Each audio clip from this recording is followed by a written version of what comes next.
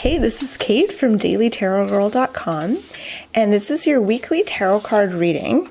And for this week's reading, I am using my Dark Mansion Tarot. And I have to warn you ahead of time, my cat may be a little bit vocal in this video. She's really antsy this morning, and I'm going to take her outside to enjoy the sunshine after this, but she's full of beans right now. All right, so I'm drawing 3 cards here. My intention with these 3 cards is to get an overview of the week ahead and some of the themes, the energies, and just to get some fresh ideas on the upcoming week. Okay, so the first card is 5 of Swords. All right, so I have to admit I hate this card. This is like one of my least favorite cards in the tarot. Okay, interesting. So we see, let's just have a look at this card a little bit closer. The rocks remind me of dead body. Oh, there is dead bodies in the background with swords in them. He's wearing a mask, sort of. His mouth is covered. He looks like he's up to something. The sky is stormy. Really intense, an intense card here. So the 5 of Swords, it's a tough one. It really represents almost like, how do I say this? It represents kind of only looking out for yourself, and it's kind of like it represents a disconnection from your spiritual center, and perhaps being overly concerned with winning and being in the right. And what I'm getting from this card, why I think it's shown up for us, is it's a call, it's a reminder to reconnect with your center, reconnect with your soul, your spiritual self, and see if you can move yourself from a state of fear to a state of love. So the 5 of Swords represents being in that state of fear. And people act in all kinds of weird ways when they're in a state of fear. It's not always obvious that they're in a state of fear.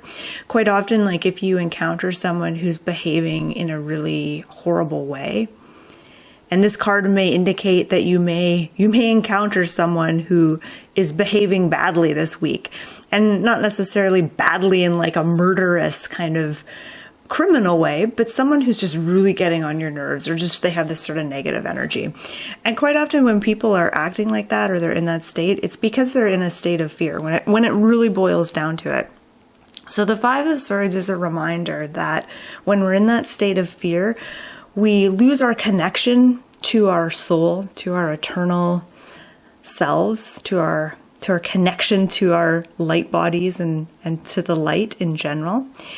And we lose our power. And the 5 of Swords is saying, notice this week, especially at the beginning of the week, notice if you're going into a state of fear. Notice if you're going into a fear spiral, or if you're not necessarily feeling fearful, but maybe you're feeling really angry at someone. Maybe you're feeling really angry at a particular thing that's happening in your life or in the world in general, and really seeing if that is coming from a place of fear, and asking, how can I move into a place of love? So I'm hoping the other cards are going to give us some indication of that. Ooh, here we have 8 of Cups. This is interesting. 8 of Cups is a transition card. It's a card of moving from one place to another place. So we see the woman in this card. She's actually walking away from this nasty guy here. So what I said that card represented, she's moving away from that fear-based kind of energy. So the 8 of Cups represents leaving something behind in search for something else. And if I want to make a story out of this card and really go into this card, we see the silhouette of a ship sailing off into the distance. So if I was to make a story, maybe she came here on that ship with a lot of hope that this island that she's come to has everything she could possibly want. She got on the island, the ship is sailing away, and she realizes that all those cups, none of them contain the thing that she was looking for. So she's packed up her bag, she's put on her bonnet and her cape, and she's going off to search for whatever it was she was looking for. When the Eight of Cups shows up in a reading, it will often come at a time when you are ready for the next step, and when you're really ready to go deeper, and you're no longer satisfied with simply being comfortable. You're no longer satisfied with like the surface level stuff.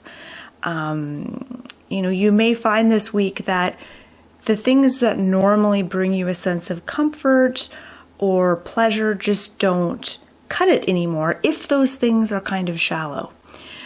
So maybe there's certain TV shows or, habits that you have that you're like, why am I watching this? Like, what am I getting out of this? Wait a minute. This isn't doing it for me this week. It's because you're ready to go deeper. You're ready to kind of take things up a notch and make some changes. So I'm looking forward to having all the cards revealed so I can pull all of this together at the end of the reading. But let's look at the third card. This card's for the end of the week.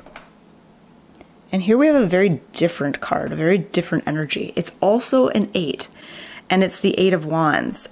So it's hard for me not to read the 8 of Wands in the context of the 8 of Cups, because they both have this forward-moving energy to them, this movement, transition, going from one place to another place, things kind of happening quickly. The energy is sped up with the 8 of Wands. So with the 8 of Cups, it's like, there isn't anything here for me. I'm going to go off in search of whatever it is I'm looking for. It's like you're in the contemplation planning stage.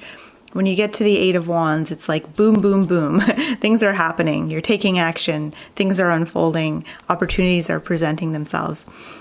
So there's a real sense of speed with the 8 of Wands. So with the 8 of Wands, there's a few things to keep in mind.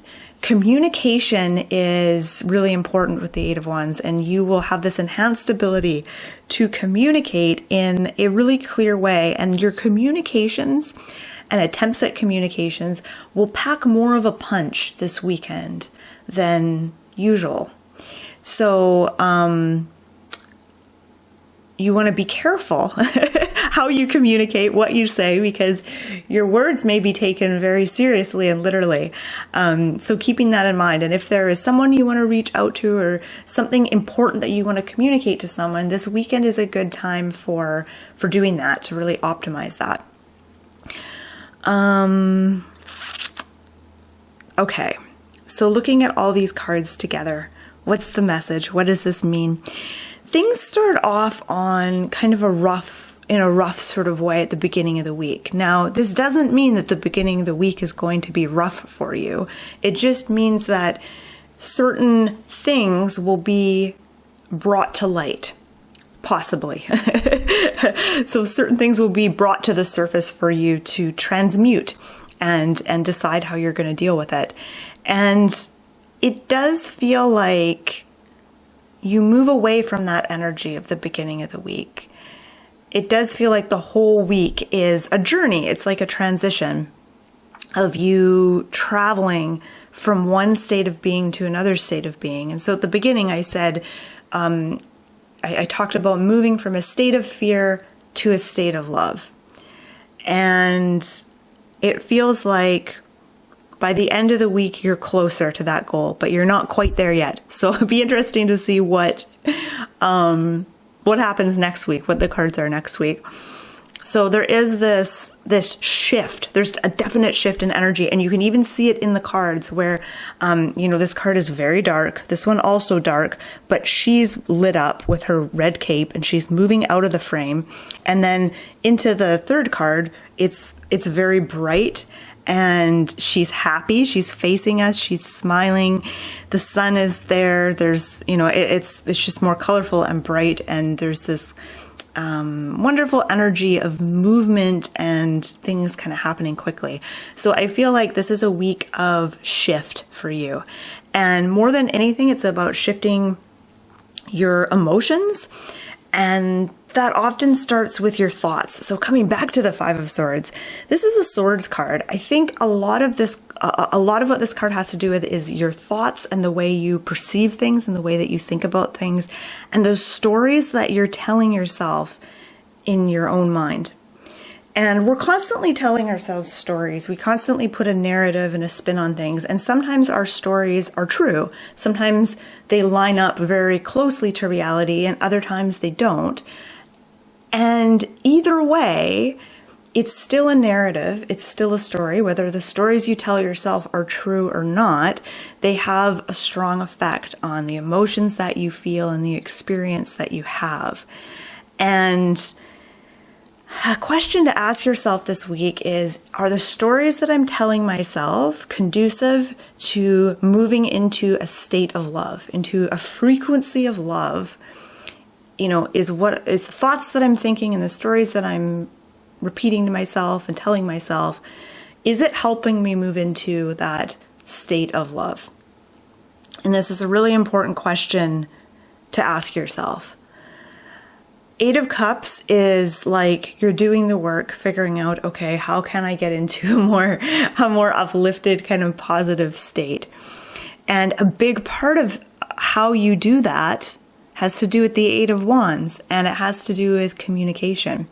It has to do with how you communicate to others, how you share yourself with others, also how you communicate to yourself. So that's super important as well. And that includes the thoughts that you think, the stories you tell yourself, the beliefs that you embrace, how you communicate with yourself, how you treat yourself is really important in this picture. Okay, so I think I've said enough. I've been rambling way too long. So thank you so much for watching. I hope you found this reading helpful. As always, feel free to add your own take on these cards in the comments below. And I hope you have a wonderful rest of your week.